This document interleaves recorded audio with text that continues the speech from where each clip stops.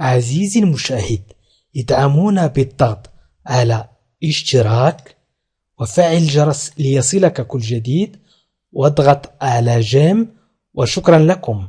مشاهدينا الكرام، السلام عليكم ورحمة الله تعالى وبركاته. مرحبا بكم مشاهدينا الكرام في قناتكم لا لونغ فرونسيز، ومرحبا بكم في هذا الدرس الثاني وهو خاص بالحوار الديالوج، وسيخص الآن روتين الصباح.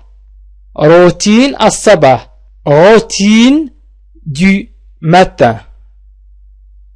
روتين du matin أي ما تقوم به في الصباح، أي ما اعتدت أن تقوم به في الصباح.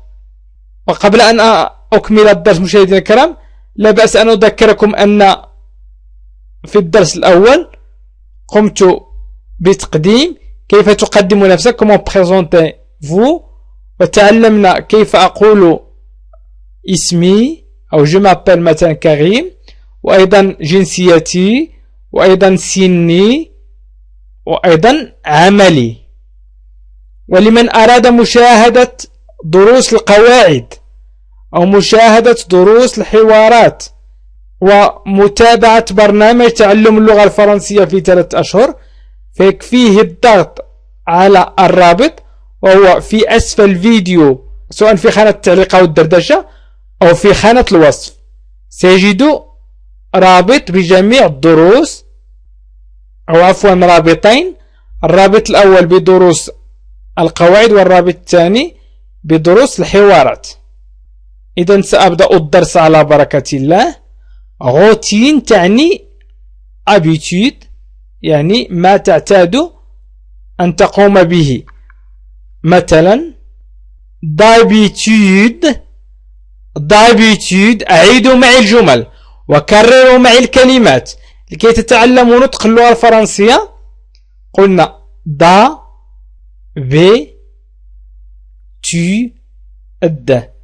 d'habitude،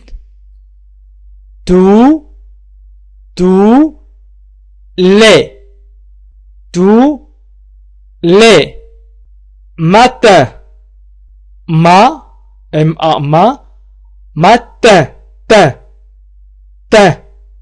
matin, d'habitude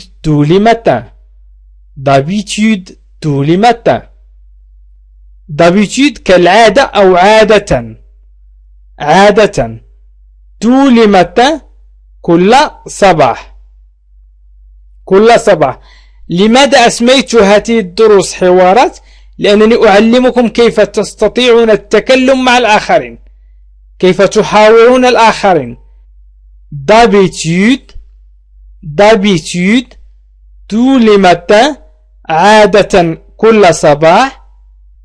je me réveille à 7 heures. Je me réveille أستيقظ. je me هنا فوق هناك حركة مائلة إلى اليسار، فوق هناك حركة مائلة إلى اليسار وتسمى أكسون aigu، وإذا كانت مائلة إلى اليمين تسمى أكسون غراف، وإذا كانت على شكل شابو تسمى أكسون سيركونفلكس. والمائلة على اليسار نقول غي، والمائلة إلى اليمين نقول غي. مثلا بير، إذا الأكسون مائلة إلى اليمين. وغيفي أكسون مائلة إلى اليسار، أي الأكسون aigu. وسأستعمل في الجملة التالية الأكسون غراف. إذن je me réveille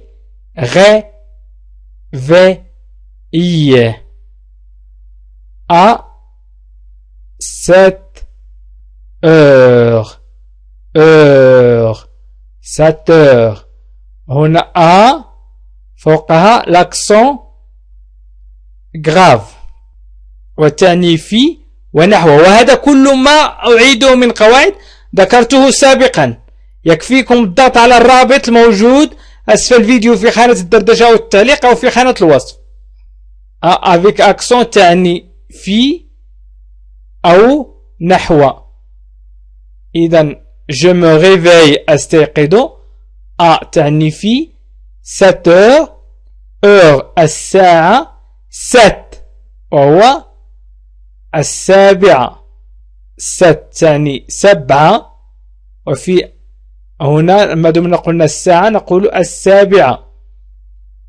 إذن je me réveille à 7 heures je me réveille à 7 heures.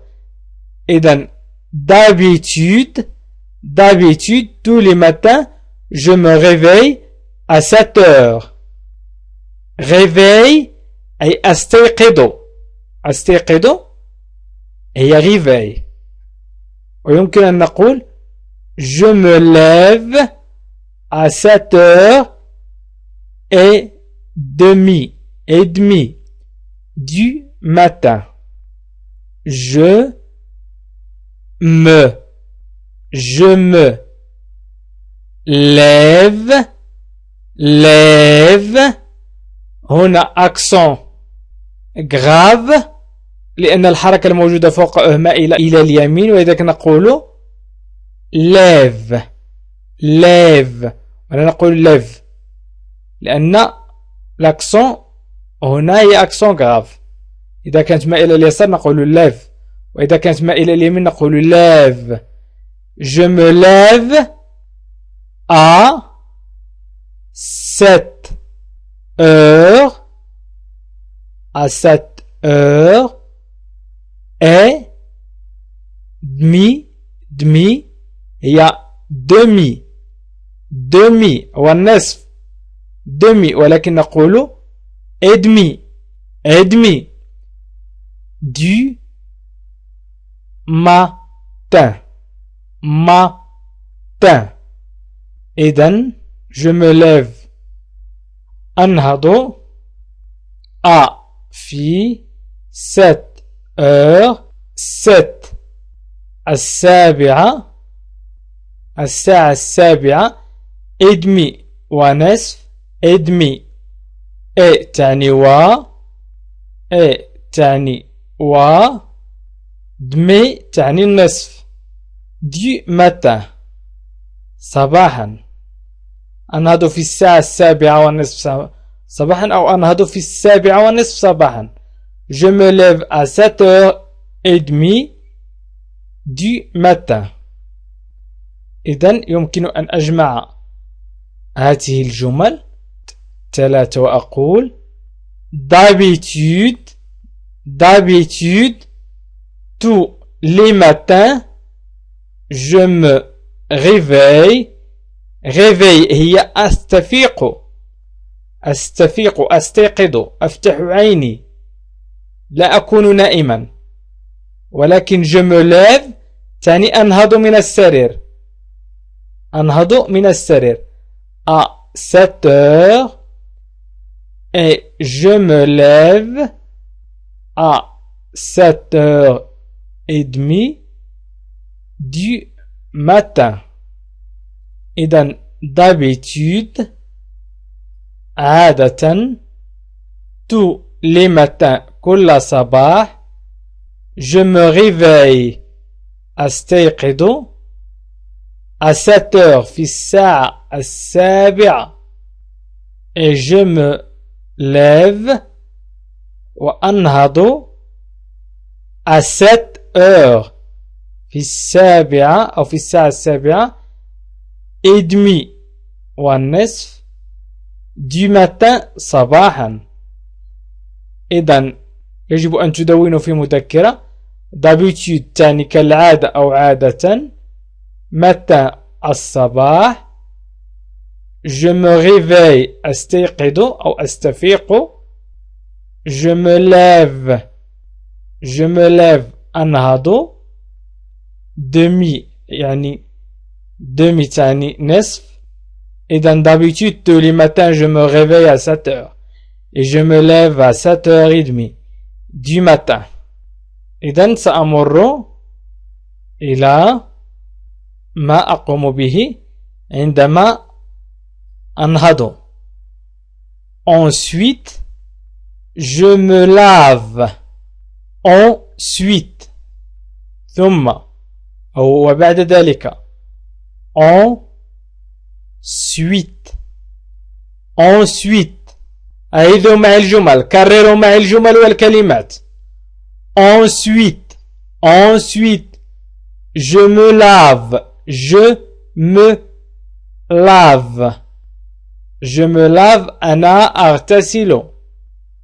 Ensuite, je me lave. Ensuite, je me lave. ثم أنا أغتسل أو بعد ذلك أنا أغتسل. Je me douche. Je me douche. أنا أستحم. أنا أستحم. Je me douche. أنا أستحم. إذا قلنا je me douche أنا أستحم ونقول je prends une douche. Je me douche أو je prends une douche. يعني je prends une douche. Je prends une douche. أخذ حمام خفيف. Je prends une douche.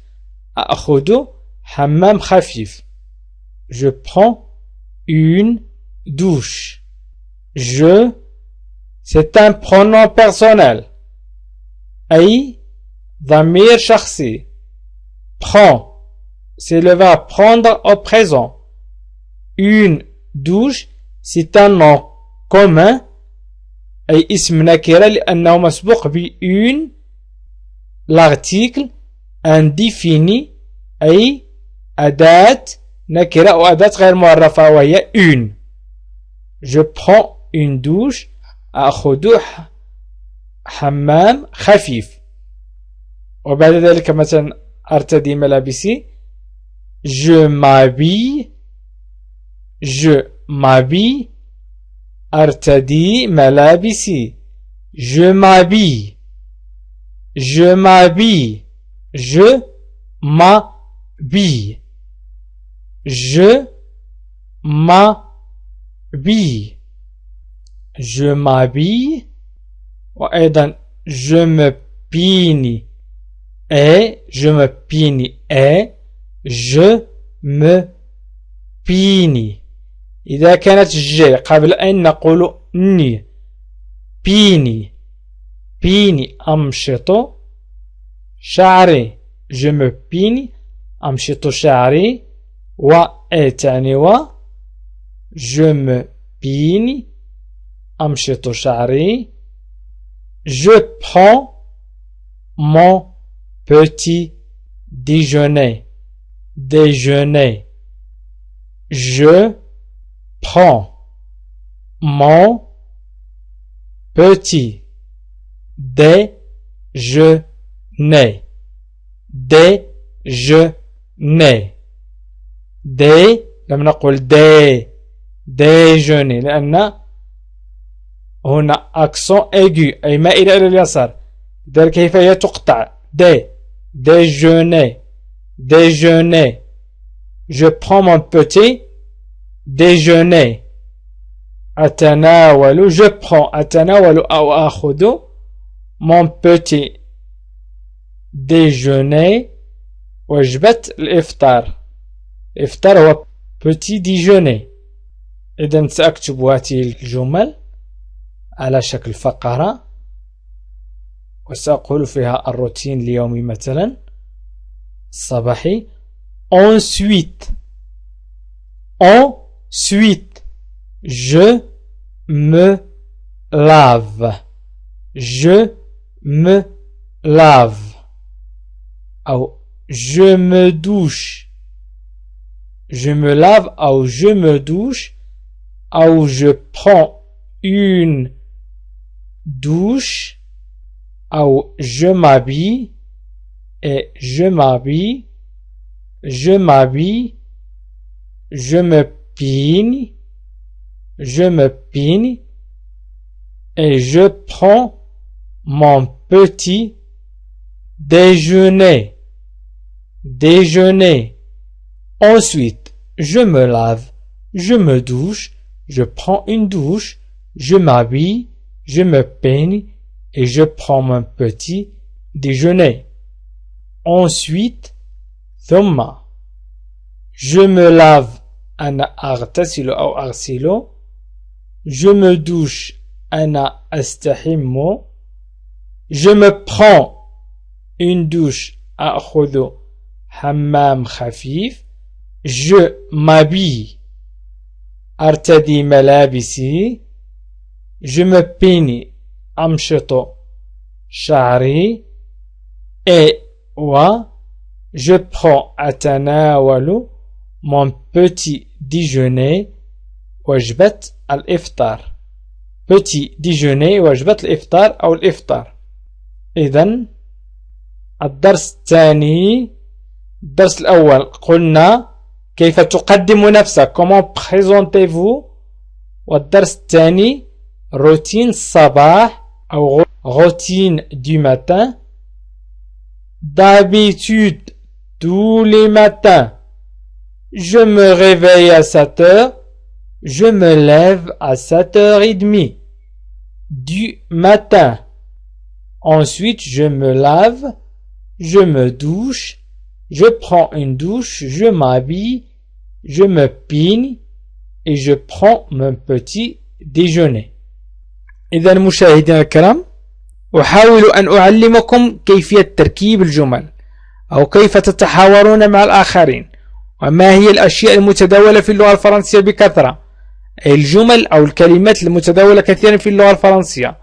فقط مشاهدينا الكرام طلبي بسيط جدا، فيكفيكم أن تنزلوا إلى أسفل الفيديو لتضغطوا على partager أو مشاركة أو شارك pour partager le vidéo، لمشاركة الفيديو مع الآخرين عبر الفيسبوك أو مجموعة الفيسبوك أو الواتساب أو مجموعة الواتساب أو تويتر، وذلك نزولا عند طلب المشاهدين الذين طلبوا مني أن أنزل الفيديوهات في وسائل التواصل الاجتماعي كالفيسبوك والتويتر والواتساب، وأنتم أطلب منكم أن تقوموا بهذا عني، لأن ليس لدي وقت لأقوم بمشاركة هذه الفيديوهات جميعها معهم، وأنتم قوموا بهذا الدور وشاركوا الفيديوهات مع إخوانكم وأصدقائكم وأحبابكم.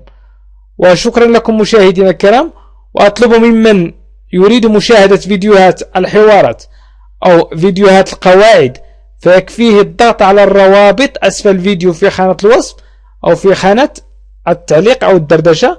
وشكرا لكم، وإلى لقاء آخر في فيديو آخر إن شاء الله. عزيزي المشاهد، ادعمونا بالضغط على اشتراك وفعل الجرس ليصلك كل جديد، واضغط على جيم. وشكرا لكم.